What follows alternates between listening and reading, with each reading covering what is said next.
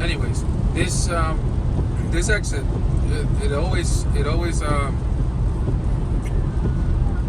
does the same thing, where it tries to take the exit and then somehow it gets confused as if it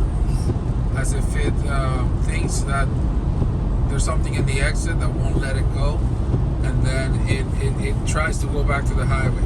So I always disengage on this exit. So we'll see. This is like the ultimate test. So let's see.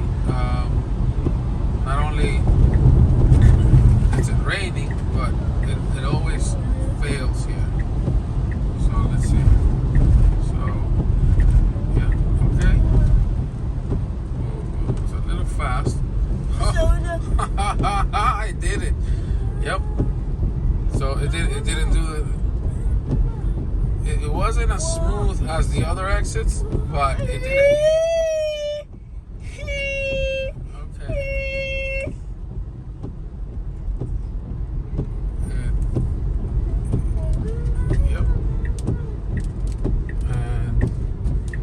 Here, there's no one coming, so it knew that it's not a stop sign, it was a yield sign, so it didn't have to stop.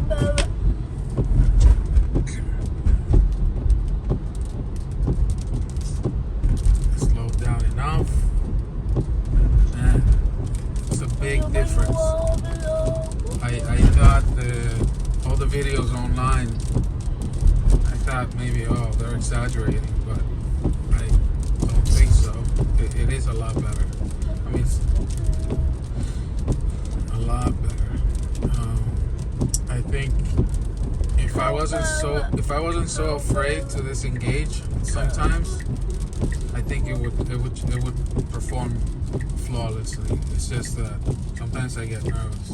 But I only disengaged once. I went back and forth.